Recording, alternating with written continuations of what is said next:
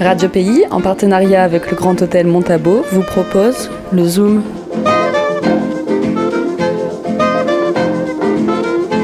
Aujourd'hui, les frères de Plohermel. Bonjour Florian, une petite devinette pour se défroisser le visage en ce joli vendredi matin. Ils sillonnent le pays à travers bois, se réveillent tôt le matin et savent énormément de choses.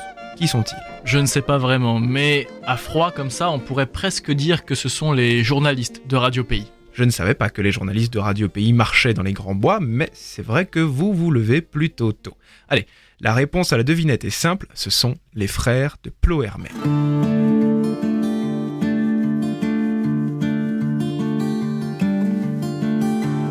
Chers auditeurs, ils ne font plus l'actualité en Guyane depuis plus d'un siècle, mais ont été bien présents sur notre territoire. Les frères de l'instruction de Plohermel sont une congrégation religieuse d'origine bretonne, fondée au début du 19e siècle par l'abbé Jean-Marie de Lamennais. Leur mission principale est de délivrer un enseignement religieux seulement aux jeunes. Pour cela, ils ouvrent des écoles dans lesquelles ils enseignent gratuitement le français, composition et style, les mathématiques, la mécanique, les sciences physiques et naturelles, le tout 5 heures par jour, 2h30 le matin, 2h30 l'après-midi, et bien sûr, catéchisme le soir. Au 19e siècle, on les retrouve en Martinique, en Guadeloupe, à Saint-Pierre-et-Miquelon, à Tahiti, au Sénégal, et ils arrivent chez nous en Guyane à la rentrée 1843 avec 160 élèves.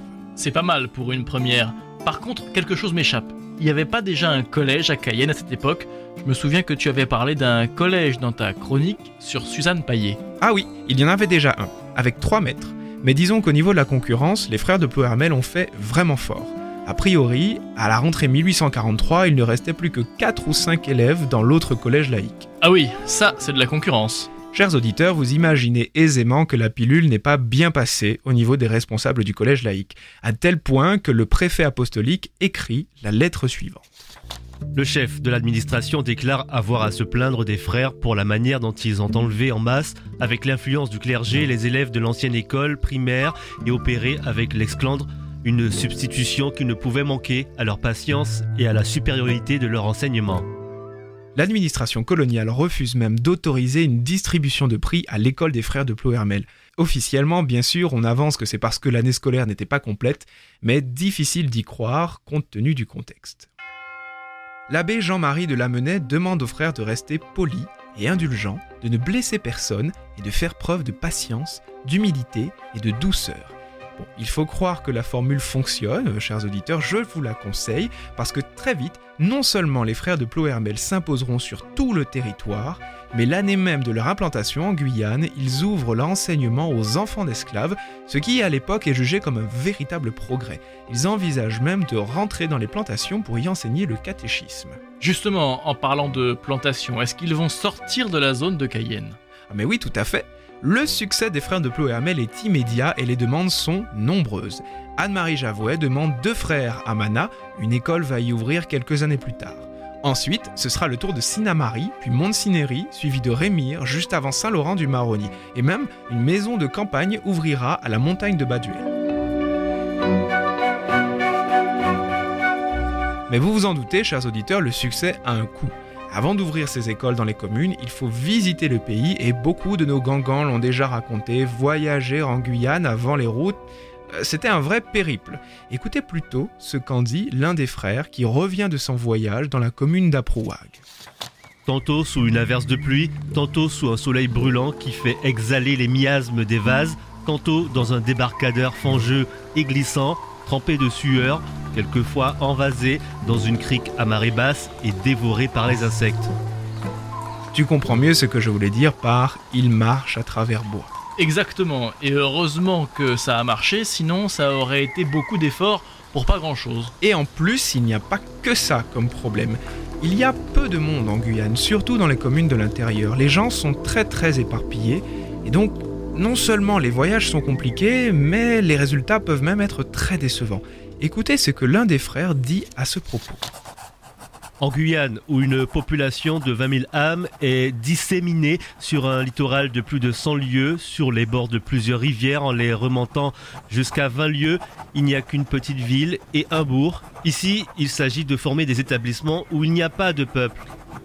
S'ajoute à ça des difficultés financières, des conditions d'enseignement pas toujours agréables, l'abolition de l'esclavage qui change tellement profondément la société guyanaise et qui entraîne une diminution des moyens financiers accordés aux frères.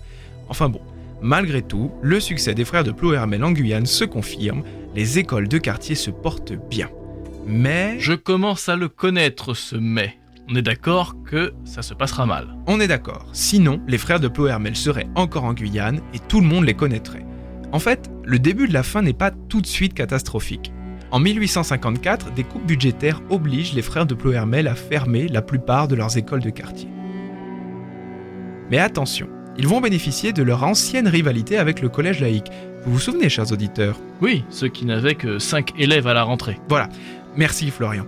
Eh bien, figurez-vous que les choses se passent assez mal en fait au collège laïque. Dans sa correspondance interne, l'administration reconnaît que l'enseignement des frères est excellent, mais ajoute... J'ai le regret d'ajouter qu'il n'en est pas ainsi pour le collège laïque. Les classes sont faibles et l'on n'y reconnaît aucune direction. Et donc, retournement de situation. Les écoles de quartier ferment, le collège laïque fonctionne mal, il faut trouver une solution. Alors... les frères de Ploërmel vont assurer l'enseignement du collège laïque de Cayenne. Comme quoi ? Eh bien, chers auditeurs, figurez-vous que les choses vont très bien se passer. Les frères de Ploërmel resteront à la tête du collège laïque pendant presque 30 ans. Mais, en 1888, la politique menée par la France va complexifier la situation.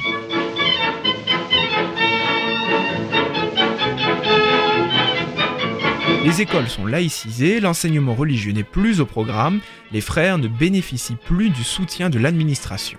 On parle de naufrage général, de regrets, de larmes. Seules les écoles de Cayenne, Mana et Sinnamary vont survivre. Qu'à cela ne tienne, le supérieur ecclésiastique, le père Guyaudeau, va fonder une école libre à Cayenne et celle-ci sera placée sous la direction des frères de l'institution chrétienne et va fonctionner tant bien que mal pendant 20 ans. Ça marche bien, je suppose. Sans surprise, c'est encore une fois un gros succès. 700 élèves chez les frères contre 300 à l'école publique. Mais selon les frères de Ploërmel eux-mêmes, à partir du XXe siècle, l'administration va faire son possible pour leur faire quitter le territoire. Les choses se corsent. L'école libre va accumuler des dettes, plus de 36 000 francs, plus une dette flottante de 14 000 francs, soit un total de 213 447,68 €. Quant aux élèves, il n'en reste plus que 150 en 1909. En 1910, les frères de Ploërmel quittent la Guyane. On parle de deuil, de catastrophe, et ce n'est pas la pétition de 1856 signatures qui servira à grand-chose. Cela faisait 67 ans que les frères de Ploërmel étaient en Guyane. Ah, j'ai oublié de préciser tout à l'heure, quand je parlais des maîtres, en bon chrétien, la musique, orgue et solfège étaient évidemment au programme. D'ailleurs, dans le Zoom Histoire, nous parlerons très bientôt, je l'espère, de Maximilien Sabat, compositeur guyanais qui a suivi les enseignements des frères jusqu'à devenir professeur de musique et compositeur bien établi. Bon, mais dis-moi, que sont devenus les frères de Ploërmel ? Les frères de Ploërmel ne sont plus chez nous depuis plus de 120 ans, mais ils existent toujours bel et bien et plus que jamais. Vous les retrouverez sur 4 continents, du Japon à l'Argentine, en passant par le Bénin et l'Italie. Ils sillonnent la Guyane à travers bois, se réveillent tôt le matin et savent énormément de choses. Ce sont les frères de Ploërmel et d'une certaine façon, c'est peut-être aussi vous, chers auditeurs, vous, qui nous écoutez ce matin. Je vous souhaite cependant moins de dettes et tout autant de succès.